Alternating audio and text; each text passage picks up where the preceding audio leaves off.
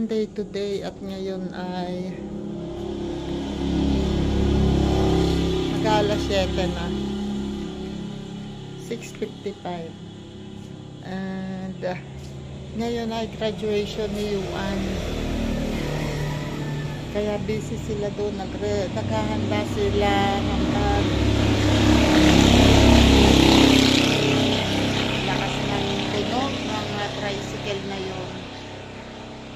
Ayan, naghahanda sila sa pagpunta sa school. Hindi ako makanood kasi walang kasama dito si Kuya. Nandito si Lori at si Del, kaya lang manonood din yun. Ayun o, si Dwayne, naka-uniform na ng kanyang... Yan lang ang uniform mo? Meron ka pang vest? Yung pang taas? Oo. Ayun, uniform ng ano, ang dami pa namin sinampay. Hindi ka na uniform nila ng drum and lyre. Kasi tutugtog sila sa, I don't know kung sa ano yata, recognition. May recognition sila ngayon at si Dwayne ay meron din I don't know, medal yata. Hindi ko masyadong naiintindihan. At nakaka-proud kasi 86 ang kanyang average. Hindi ganun, hindi sabihin matalino talaga na mataas talaga ang grades, pero at least 'di ba? Mataas na 'yun. And pero wala siya sa honor kasi mas matataas yung ano. Bali 4 lang daw silang may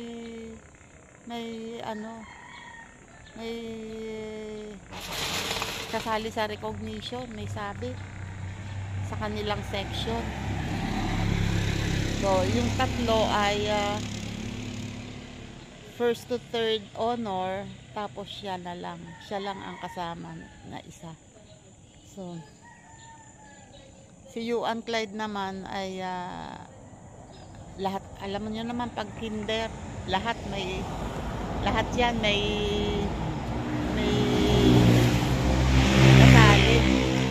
kasali sa recognition. Kaya tuntua si Yuan Clyde, lumapit na sa akin kanina at naka pantalon na at naka ano na. Naka-ready na ba sila? Naka-uniform na si Yuan Clyde. Pogi-pogi naman naka-uniform na. Ay, ang ganda naman suotan. Naka-uniform. Ay, bakit parang mali ang plancha? Hindi pinlancha ni Mami uniform mo? Ay, bakit na itinataas mo yung nakatupi ba to? Ba't hindi mo tinupi? Ang pangit. Ay, naapakan niya daw niya. Ano to? Yan yung damit na yung dalawa. Ito, uniform ni Yuan Clyde at saka ayan, kay Dwayne na uniform sa drum and lyre. Itupi mo yung kay Yuan na ano para hindi niya laging tinataas.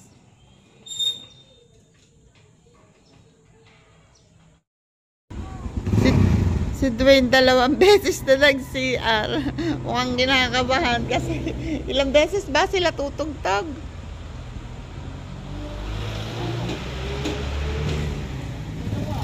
Dalawang beses?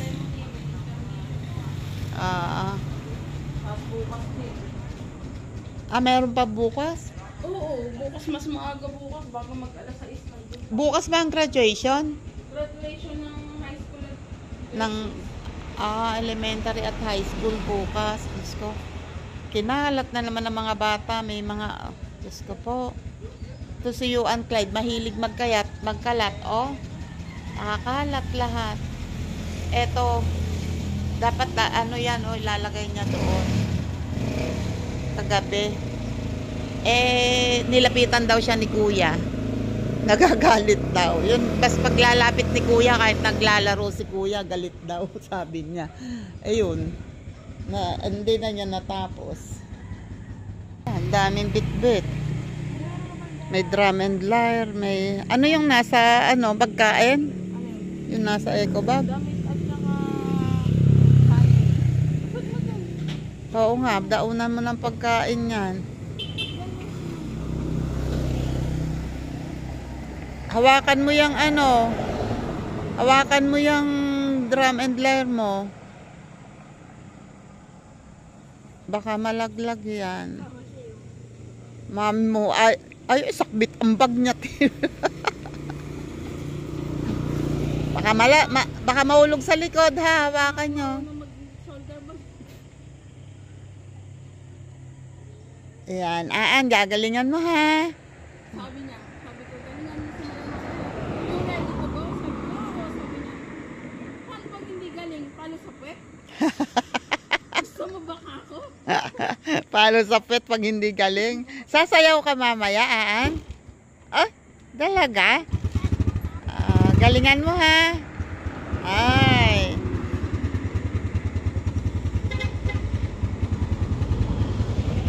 Ayan o, papunta na sila. Anong oras ba ang graduation? Anong oras? Alas 8.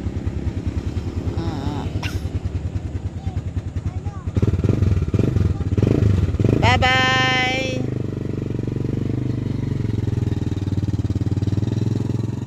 Ayun, sina Lori. Papunta na doon. Mamaya, sabi ko, pasahan na lang ako ng mga clip kasi hindi naman ako makakapunta.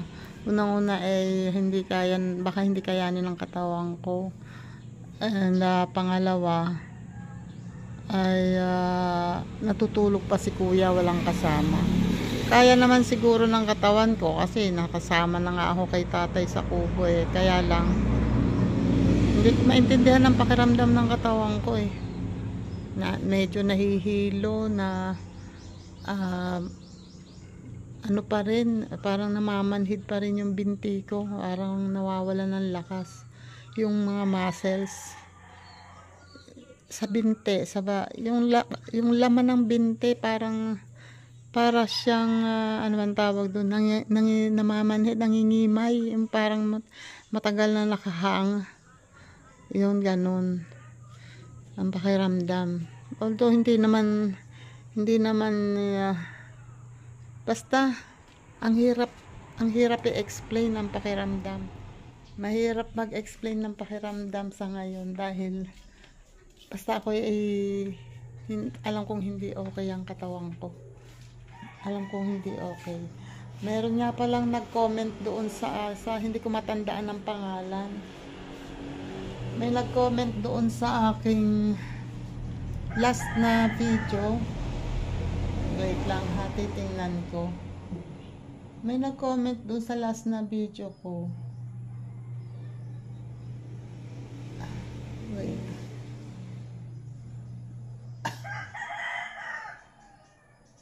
Hanapin ko lang ha.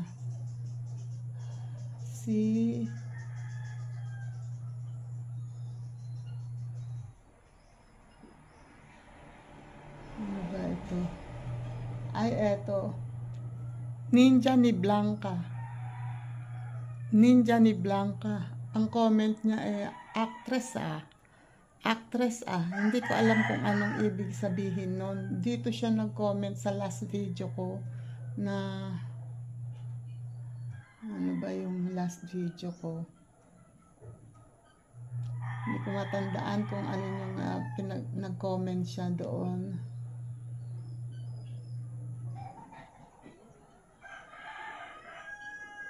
Ano siya?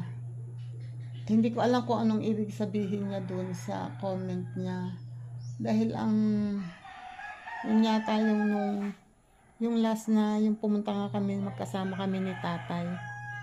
Hindi ko alam kung anong ibig sabihin niya doon sa actress ah. Hindi ko alam din kung sino siya.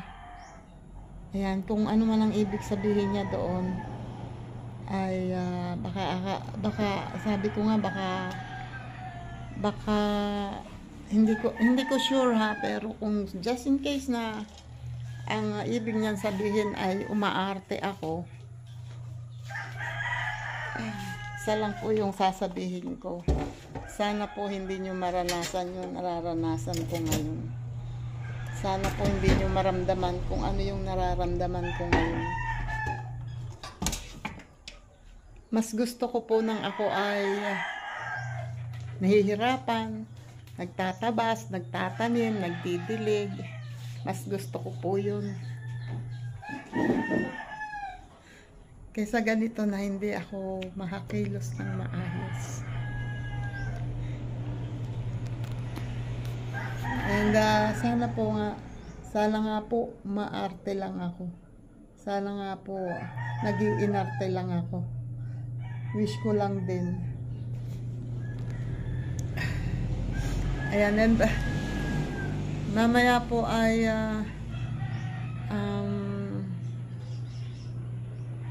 sabi ko doon sa kay Lori, bigyan na lang ako ng clip, kahit mga pictures ipapakita ko, kasi gustong gusto ko sana makita, ma-witness yon unang graduation ni Yuan Clyde. Tapos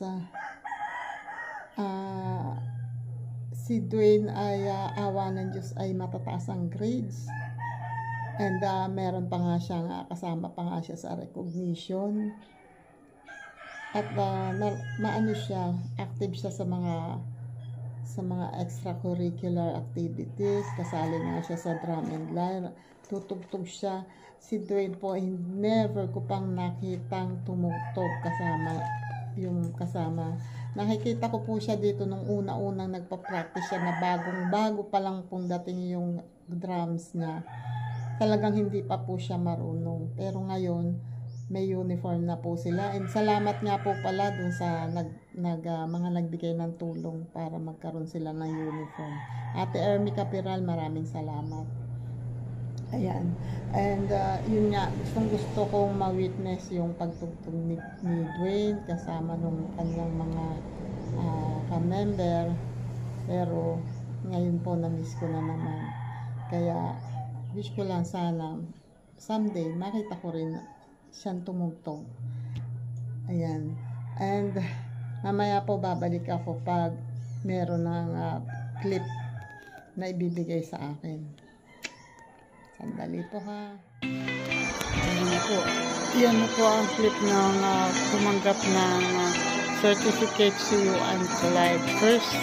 First certificate na natanggap niya ngayon sa pag-aaral niya. Ayan. Diba? Ngiti-ngiti na siya.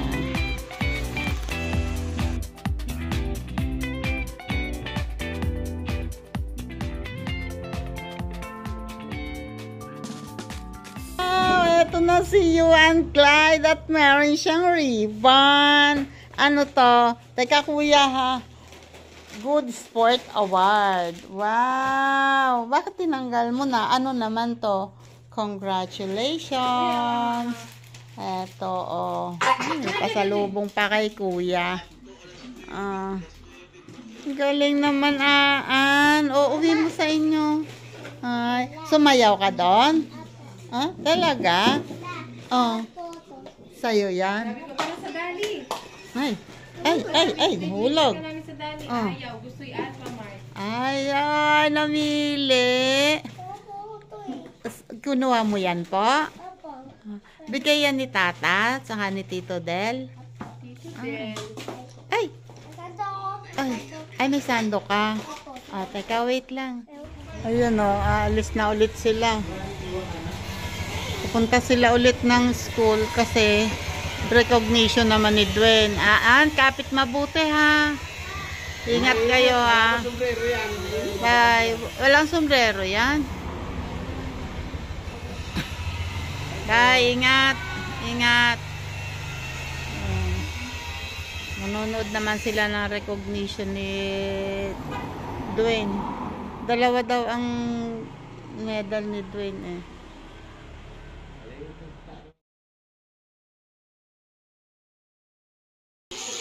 Ito na sila, oh. Dumating na. Oh. Bakit? Oh. Ay, hello. Tapos na? Tapos na? Helicopter. Pinanood ko pa helicopter. Pinanood mo? Pinanood ko po helicopter. Ano? Helicopter po. Helicopter? Opo. Wow, may certificate si Dwayne. Hoy, dali ka. Asan may medal? Wow, may medal si Dwayne. Ang galing.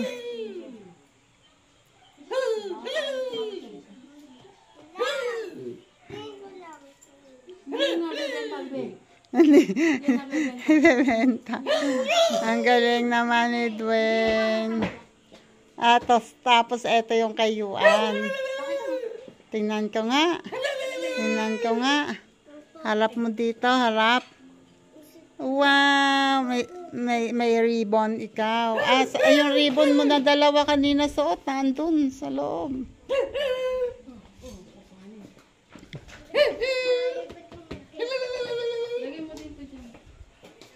Okay, Ayun, yung sayo, nandito lang One eternity later. Hello, good morning. Kahapon ay hindi na ako nakapag dagdag ng clip kasi sobrang hindi wala sa ano yung katawan ko kahapon. Pero si Lori ay nagluto ng 1 kilong spaghetti. May nakita pa siyang sauce dito. Ayan, binilhan lang niya ng pasta. Nagluto siya para sa graduation ni Yuan at saka celebration na rin dahil may medal si Dwayne. Ayan. Ito na si Yuan. Iniwan sa akin ni ate si Yuan kasi may tugtog si Dwayne ngayon ng graduation ng high school and grade 6. Kanina tumugtog na siya kaninang alas 7. Ngayon daw alas 10 ay tutugtog uli para sa siguro sa high school naman ngayon. Hindi ko alam kung ano ang nag-graduation kanina.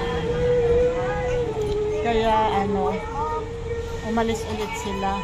Pero ako ay kararating din lang kasi sinamahan naman ako ng asawa ni Kuya to sa 13. Dapat ay magpapa 2D echo ako. Kaso ay wala daw schedule ngayon. Tawagan ko daw bukas. Tumawag daw ako sa kanila bukas. Bago ako pupunta ako para malaman kung may schedule niya. Kung may schedule na bukas. Sabi naman parang meron daw. So sisiguraduhin ko bukas. At itinanong ko kung magkano, sabi doon ay 3,200 daw ang 2D echo. Excuse me. Sa ngayon, tinutuloy ko lang muna yung iniinom kong gamot. Although hindi pa rin nababago, ganun pa rin, nanghihina pa din ako. Nabawasan na lang yung pain sa batok, pero ang napadagdag ay medyo may konting hilo ngayon. Hindi naman lagi, paminsan-minsan may dumadaan yung hilo, pero hindi ko alam kung anong dahilan. Paring dahil sa vertigo ko, baka umaatake. And kahapon yun nga, sobrang hinang-hina, tapos may konting pain. Hindi, uncomfort talaga dahil uncomfortable talaga dahil yung kahit hindi sobrang sakit, alam niyo yung sakit na parang pinipiga, hindi naman ganun, pero may alam ko mabigat, may pain, tapos kasabay yung likod, yung gitna ng likod hanggang sa dalawang ilalim ng paypay, sumasakit. Kaya ako kahapon ay mas lalo nang nadagdagan. yung panghihina ko ay nadagdagan pa nung may nararamdamang masakit. Ayun. Kaya ayun lang, gusto ko lang i-update na nagpipilit naman ako nga makapagpagamot, na susubukan ko nga, yun nga, pinipilit ko makapagpatuloy echo. Kisinabahan nga pala ako ng asawa ni Kuya To sa TNR sa 13 kanina, kaya may nakasama ako. Iniwan namin sandali si Kuya dito kay Kuya To, tapos si ate naman ay umuwi nga after ng tugtog, umuwi agad sila, tapos bumalik na lang ngayon. Ayan, update lang po ako para doon sa ginagawa kong pagpapagamot. At inuulit ko po sa nag-comment sa akin ng actress, hindi ko alam kung anong ibig mong sabihin doon, kung ano yung sinasabi mong actress ha. Basta isa lang ang masasabi ko, God bless po. Sana hindi mo maranasan yung nararanasan ko ngayon. Ayan po, at hanggang dito na lang po ang aking vlog. Salamat po ulit Sir Jerry's Toy TV, and congratulations palagi kay Ma'am Judy, kasi lagi siyang na-awardan, tapos successful siya sa kanyang career na pinili. And yan, congrats po ulit, and salamat po ulit sa inyong mag-asawa. Yan, hanggang dito na lang po, and salamat sa inyong lahat. Salamat po sa lahat ng mga nakasupport. Maraming salamat po. Hanggang dito na lang po, and bye bye. God bless po. Salamat.